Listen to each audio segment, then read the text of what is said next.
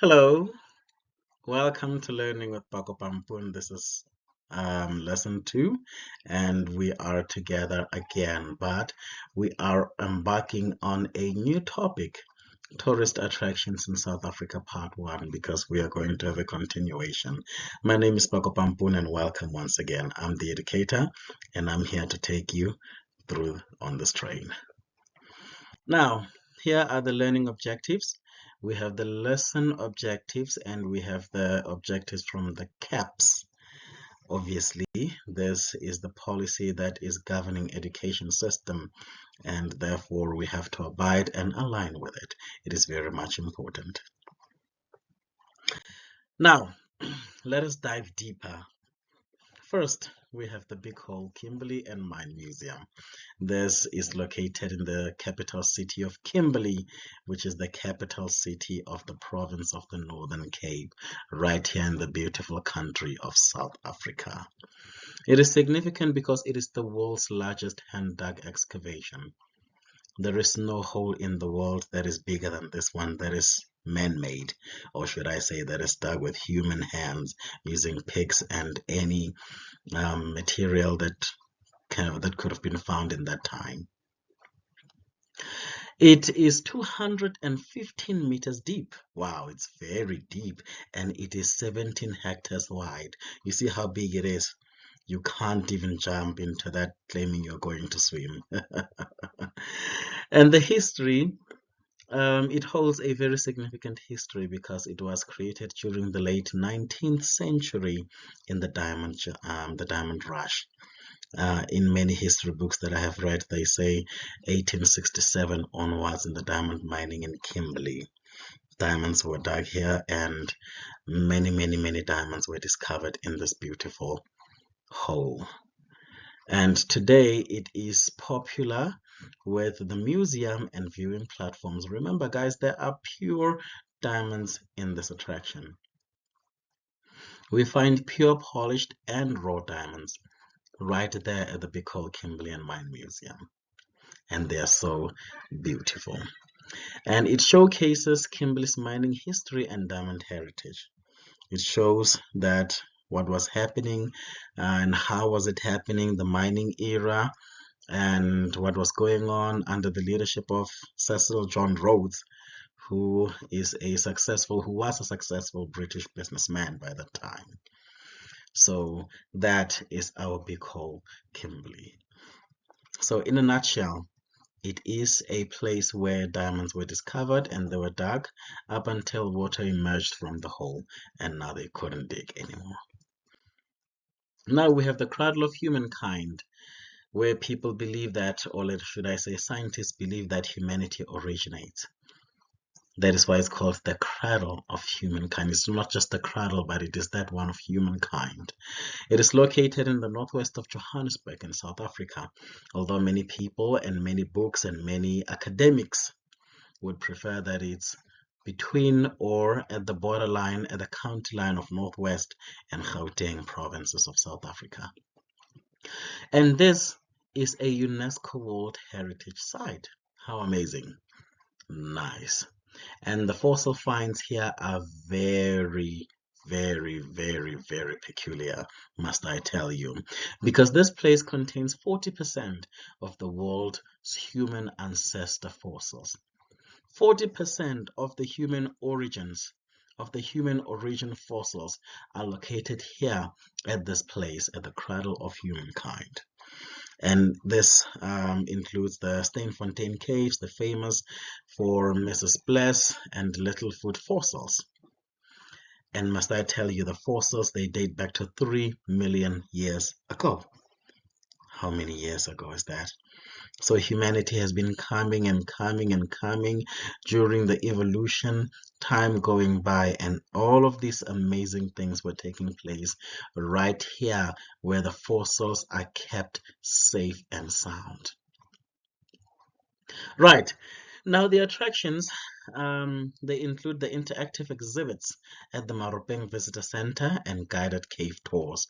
If you can look to your left, you will see that there is the Maropeng Visitor Center of the Cradle of Humankind, and their cave tours, which are also in there.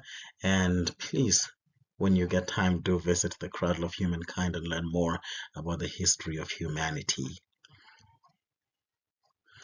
Now, it is important because it offers insights into human evolution and ancient ecosystems. We are talking about deep insights, not just insights, into how humanity came into being. Do you see how important the Cradle of Humankind is? So please visit the Cradle of Humankind. Next, we have the Apartheid Museum. The Apartheid Museum is taking us back to the time of apartheid, prior to 1994, when there was segregation, racial segregation in the Republic of South Africa.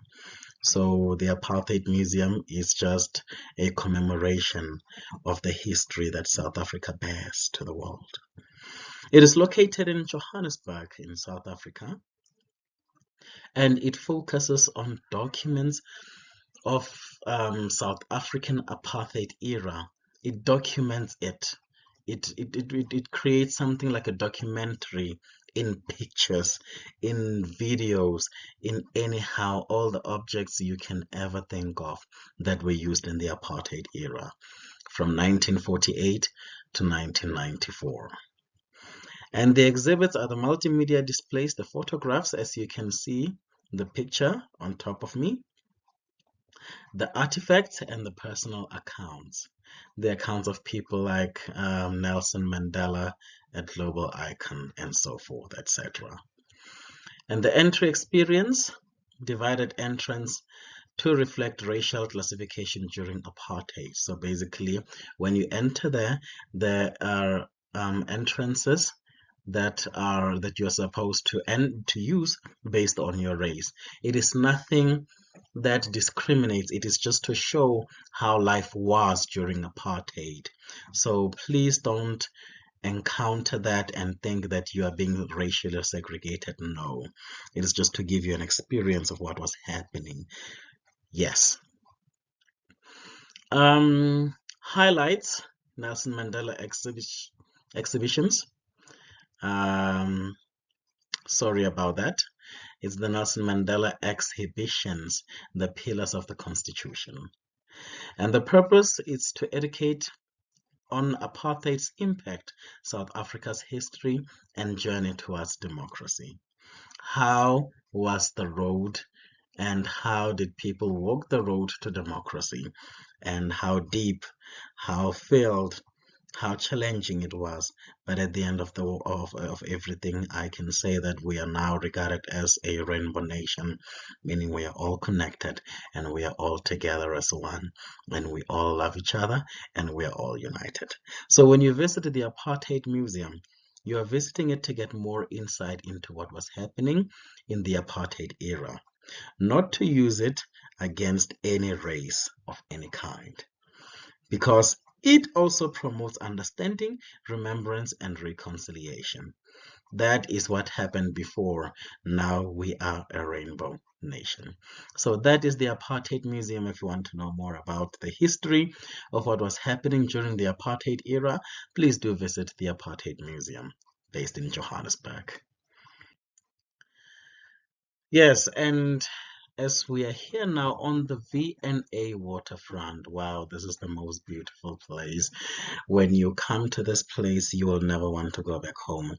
And it stands for Queen Victoria and Prince Alfred. It was named after them. They were by that time in the British monarch. It is located in Cape Town, and the mother city of the Republic of South Africa. And this place was established in 1988 at Cape Town's historic harbor. Now, the attractions at this place, it includes the shops. You can go there and buy. It's kind of a mall or shopping complex, but more of a higher standard one. It has restaurants where you can indulge in African cuisine and so forth. It also has entertainment venues. It has crafts market where you can go and buy African crafts handmade by Africans.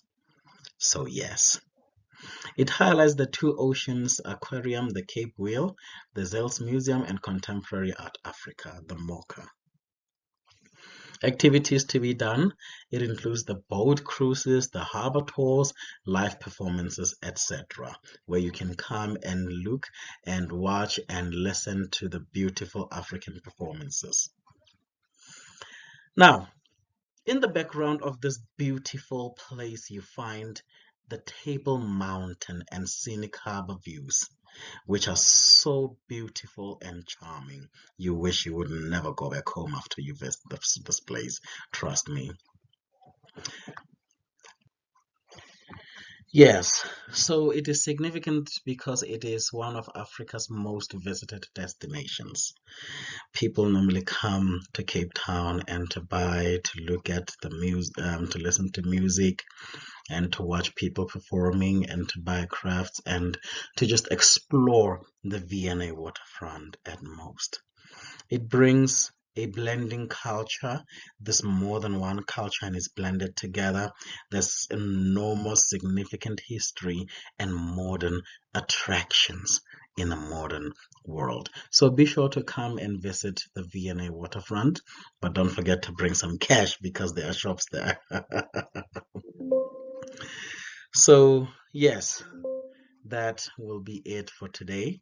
Can we meet next time again? On the next lesson, we are going to be continuing on the tourist attractions in South Africa.